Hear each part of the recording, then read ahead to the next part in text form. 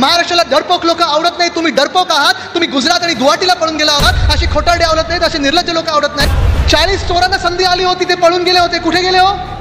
गुजरातला गेले, गुवाहाटीला गेले, गोव्यात गेले, टेबलांवर नाचले, सगळं काही झालं. तुम्ही मला सांगा, जर आपण सर्व शेतकरी असाल तर आत्ताचे जे सध्याचे घटनाबाह्य मुख्यमंत्री आहेत किंवा या सरकारमध्ये कोणीतरी तुम्हाला तुमचं कुटुंब प्रमुख म्हणून वाटतंय का? वाटतंय कोणी? असं निर्लज्ज सरकार आपल्या डोक्यावर बसवलेलं आहे, जे सरकार आपल्या महाराष्ट्राच्या हिताचं नाही पण गुजरातच्या हिताचं आहे. तर की आदित्यजी, नोकऱ्या कुठे आहेत? नोकऱ्या कुठे आहेत? मी तुम्हाला विचारत, जरा ऐका. घोषणानंतर द्या, आता आपल्याला लढायची तयारी करायची आहे. आलाय कधी हा उद्योग आपल्या राज्यामध्ये? नाही आला ना.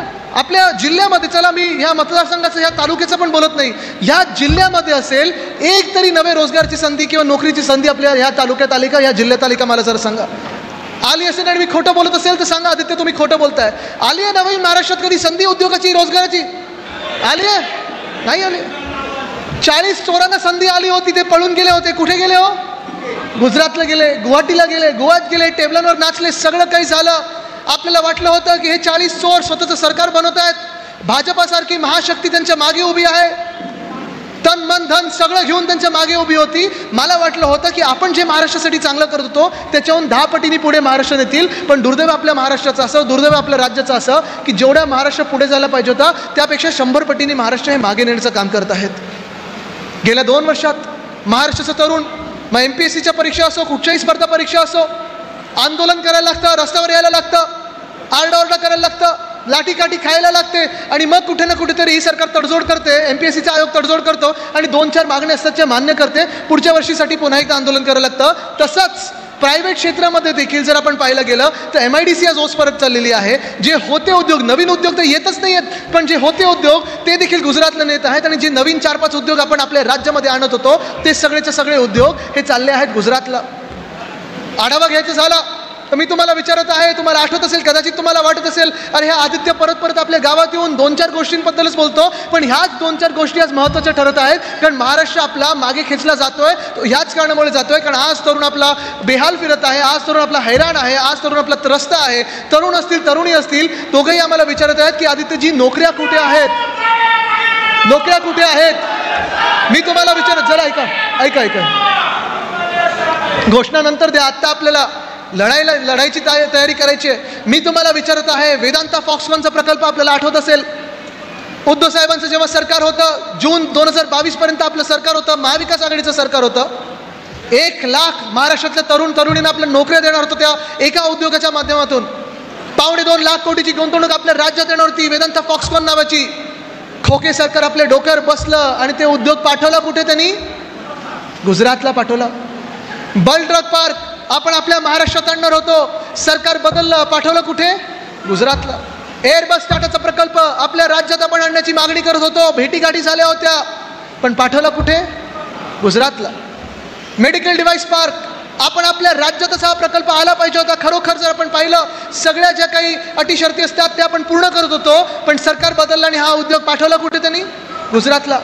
गेल्या 2 वर्षामध्ये साधारणपणे 4 ते 5 लाख नोकऱ्यांच्या संध्या उपलब्ध आपल्या ज्या होणार होत्या, आपल्या महाराष्ट्राच्या हक्काच्या तरुणांना जे सगळ्या नोकऱ्या मिळणार होत्या त्या त्यांनी पाठवल्या गुजरातला. असं निर्लज्ज सरकार आपल्या डोक्यावर बसवलेलं आहे, जे सरकार आपल्या महाराष्ट्राच्या हिताचं नाही पण गुजरातच्या हिताचं आहे. आणि साहजिक आहे, ज्या ठिकाणी मी जात असतो, ज्या जिल्ह्यांमध्ये जात असतो, मी तिथे तरुणांशी जेव्हा संवाद साधतो त्यांना विचारतो, बाबांनो तुम्ही मला सांगा, आपल्या राज्यातला सर्वात मोठा आणि महत्त्वाचा प्रश्न आहे कुठचा? तर मला जे तरुण सांगत असतात ते सांगतात, आदित्यजी, आमच्याकडे रोजगार नाही, आमच्याकडे नोकऱ्या नाही आहेत, नोकऱ्यांची संधी आम्हाला उपलब्ध करून द्या. आणि आज या घटनाबाह्य सरकारला, आज या निर्लज्ज सरकारला मी विचारत आहे की काय नक्की तुम्ही असं बिघडवलं आमच्या राज्याचं की हे रोजगार, जे उद्योग आम्ही आमच्या सरकार असताना, महाविकास आघाडीचं सरकार असताना जे महाराष्ट्रात आणत होतो, मग तो वेदांता फॉक्सकॉन पासून कुठचाही मोठा उद्योग असेल, काय नक्की तुम्ही घडवलं किंवा बिघडवलं ह्या राज्यामध्ये की ह्या सगळ्या उद्योगांना वाटलं की आता सरकार नाही उद्धव साहेबांचं, तर आम्हाला गुजरातला जायचं आहे. उद्धव साहेबांचं जेव्हा सरकार होतं, उद्धव बाळासाहेब ठाकरे ही व्यक्ती जेव्हा मुख्यमंत्री होती महाराष्ट्राची 2019च्या डिसेंबरपासून आता 2022च्या जूनपर्यंत, तेव्हा 6.5 लाख कोटीची गुंतवणूक आपल्या राज्यात आपण आणली. शेतकरी बांधवांबद्दल पण बोलायलाच पाहिजे. जर हात वरती करून दाखवा, शेतकरी बांधव किती आलेत मला सांगा. सगळे शेतकरी आहेत ना? आता तुम्ही मला सांगा, जर आपण सर्व शेतकरी असाल तर आत्ताचे जे सध्याचे घटनाबाह्य मुख्यमंत्री आहेत किंवा या सरकारमध्ये कोणीतरी तुम्हाला तुमचं कुटुंब प्रमुख म्हणून वाटतंय का? वाटतंय कोणी? एक घटनाबाह्य मुख्यमंत्र्यांना रसायन काय कळलंय मला माहीत नाही. त्यांची शेती तर 5 स्टार शेती चालली आहे. म्हणजे मी तुम्हाला प्रश्न विचारायला पाहिजे, मला तरी शेतीतलं काही कळत नाही, पण घटनाबाह्य मुख्यमंत्र्यांच्या शेतीमध्ये गाड्या जात नाहीत अजूनही, 3-3 हेलिकॉप्टर जातात. असं तुमच्या शेतीत कधी झालंय का? एवढा बंपर क्रॉप कधी झालाय का तुमच्या ह्याच्यात? नाही झालंय. पण तुम्ही मुख्यमंत्र्यांना विचारलं पाहिजे की नक्की कुठची शेती करता तुम्ही मुख्यमंत्री महोदय, की तुम्हाला बरोबर अमावस्या आणि पौर्णिमेच्याच दिवशी शेती करायला लागते, बाकी कधी शेतीला जात नाहीत? काय नक्की तुम्ही असं रसायन घडवून आणलेलं आहे की ह्याच 2 रात्री तुम्हाला शेती करायला लागते? ठीक आहे, तो विषय वेगळा आहे. पण आज मी तुम्हाला विचारत आहे की गेल्या 2 वर्षामध्ये जेव्हा जेव्हा तुमच्यावर काही आपत्ती आली असेल, कधी गारपीट झाली असेल, कधी अवकाळी पाऊस झाला असेल, कधी सततचा पाऊस लागला असेल, तुम्ही मला सांगा कधीतरी ह्या सरकारमधून कोणीतरी तुम्हाला एक धीर द्यायला आला आहे का? आलंय कधी? कृषी मंत्री कधी तुम्ही 2 वर्षात बदललेत का? माहिती आहेत कोण आहेत? माहिती आहेत का? नाही माहिती. त्यांच्या पण जिल्ह्यात माहिती नसतील अशी कृषी मंत्री आहेत. पण उद्धव साहेबांचं जेव्हा सरकार होतं, महाविकास आघाडीचं सरकार होतं, उद्धव बाळासाहेब ठाकरे ही व्यक्ती जेव्हा मुख्यमंत्री होती, तेव्हा 2019 मध्ये जो त्यांनी शब्द दिला होता निवडणुकीच्या आधी, तो मुख्यमंत्री झाल्या त्यांनी शब्द पाळला आणि शेतकऱ्यांची कर्जमुक्ती त्यांनी करून दाखवली. हे असं आपलं सरकार होतं. असं आपलं सरकार होतं. म्हणजे आठवतो दिवस, मला आठवतं उद्धव साहेब मुख्यमंत्री झाले होते, त्यांनी सगळ्या अधिकाऱ्यांना बोलवून घेतलं आणि त्यांनी सांगितलं, सगळ्या अधिकाऱ्यांना, शासकीय अधिकाऱ्यांना सांगितलं की मी माझ्या शेतकऱ्यांना वचन दिलेलं आहे की जर आपलं सरकार आलं तर मी कर्जमुक्ती करीन. आता तर मी मुख्यमंत्री झालोय. आणि उद्धव साहेबांना सगळे अधिकारी सांगत होते, साहेब आत्ता करू नका. प्रत्येक जे सरकार असतं, प्रत्येक राजकीय पक्ष असतो, प्रत्येक जेव्हा मुख्यमंत्री बनतो तो निवडणुकीच्या आधी सगळं हे कर्जमुक्ती वगैरे करत असतं. तुम्ही तर आत्ता मुख्यमंत्री झालात, निवडणुकीला 5 वर्षे, आत्तापासून तुम्ही काय करणार? आणि उद्धव साहेबांनी सांगितलं, बघा ही कर्जमुक्ती मी निवडणुकीच्या फायद्यासाठी करत नाहीये, माझ्या शेतकऱ्याचं भलं आहे त्याचसाठी मी ही कर्जमुक्ती करतोय. आणि पहिला निर्णय आपल्या कर्जमुक्तीचा होता. अजूनही गावात गेलो मी, बांधावर गेलो तरी मला शेतकरी बांधव भेटून सांगतात, मला सांगतात की जाऊन उद्धव ठाकरेंना सांगा की तुम्ही दिलेली कर्जमुक्ती आमच्यापर्यंत पोहोचली, पण फडणवीस साहेबांनी दिलेली कर्जमुक्ती होल्डिंगवर राहिली, खोके सरकारने तर कर्जमुक्ती अजून दिलेलीच नाही. एक योजना त्यांनी काढलेली आहे, लाडकी बहीण योजनेत 1500 रुपये प्रत्येकाच्या खात्यात देणार, म्हणजे ज्या पात्र महिला त्याच्यात देणार, असं मला कळण्यात आलेलं आहे, सांगण्यात आलेलं आहे. आणि ती देखील गडबड अशी करत आहेत की पात्रता, जसं आता पुढचे काही महिने येतील ती पात्रता कमी करत देतील, म्हणजे कमीत कमी महिलांना हे 1500 रुपये मिळतील. पण आज मी महिलांना पण सांगत आहे, तुम्ही विचार करा, तुमच्या भविष्याचा विचार करा, तुमच्या आत्ताचा विचार करा, तुमच्या पिढ्यांचा, पुढच्या पिढ्यांचा विचार करा, तुमच्या भावांचा विचार करा, सगळ्यांचा विचार करणं गरजेचं आहे. कारण जी भाजपा 10 वर्षापूर्वी 15 लाख रुपयाबद्दल बोलत होती, ती आज 1500 रुपयाबद्दल बोलत आहे. हा 10 वर्षामधला फरक आहे, हा जुमले सरकारचा फरक आहे. उद्या तुम्हाला पण सांगतील आता कर्ज खूप चढलं, आता 1500 नाही, आता 15 रुपये घ्या आणि त्याच्यावर भागवा. तुम्ही विचार करायचा आहे, तुम्ही या भाजपला मतदान करणार का, तुम्ही या खोके सरकारला मतदान करणार का?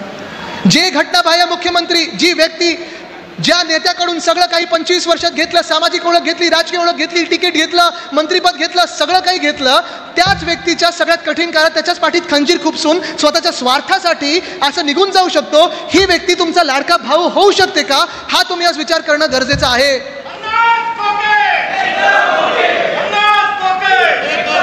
तुम्ही हा विचार करणं गरजेचं आहे. मिंदे साहेब, तुमचं सरकार तर बसतच नाही, गद्दारांचं सरकार कधी बसत नाही, महाराष्ट्राला डरपोक लोक आवडत नाहीत, तुम्ही डरपोक आहात, तुम्ही गुजरात आणि गुवाहाटीला पळून गेला होतात, अशी खोटारडे आवडत नाहीत, असे निर्लज्ज लोक महाराष्ट्रात येणार ते आमचं महाविकास आघाडीचं सरकारच येणार आणि महिलांना आम्ही वाढीव निधी देऊच, पण सुरक्षा देखील देऊ.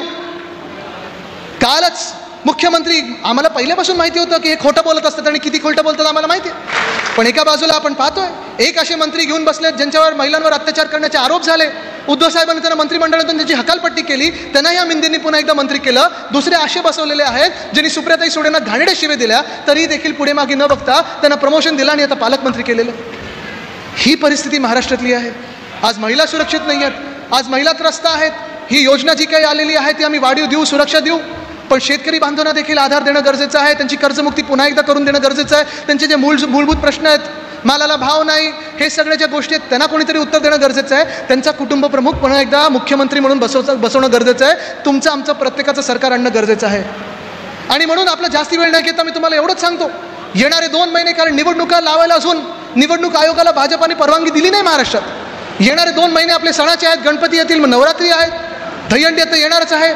या सणामध्ये आणि अनेक पुढच्या 2 काही महिन्यामध्ये, या 2-4 महिन्याच्या दिवसांमध्ये भाजपा आपल्यामध्ये आणि मिंदे आपल्यामध्ये वाद निर्माण करायचा प्रयत्न करेल, एक आपल्याला विखुरण्याचा प्रयत्न करतील, धर्माधर्मामध्ये वाद निर्माणाचा प्रयत्न करतील, हिंदू मुस्लिम दंगली निर्माण करण्याचा प्रयत्न करतील, समाजामध्ये वाद निर्माण करण्याचा प्रयत्न करतील. आत्ता पण मला काही आपले मराठा समाजातले काही बांधव भेटले, त्यांनी मला निवेदन दिलं आणि मी त्यांना हेच सांगितलं की आपण कोणी वेगळं नाही आहोत, आपल्या सर्वांना न्याय हक्कासाठी लढायचं, आपल्याला एकत्र लढलो तरच आपण जिंकू शकू, ही अशी महत्त्वाची लढाई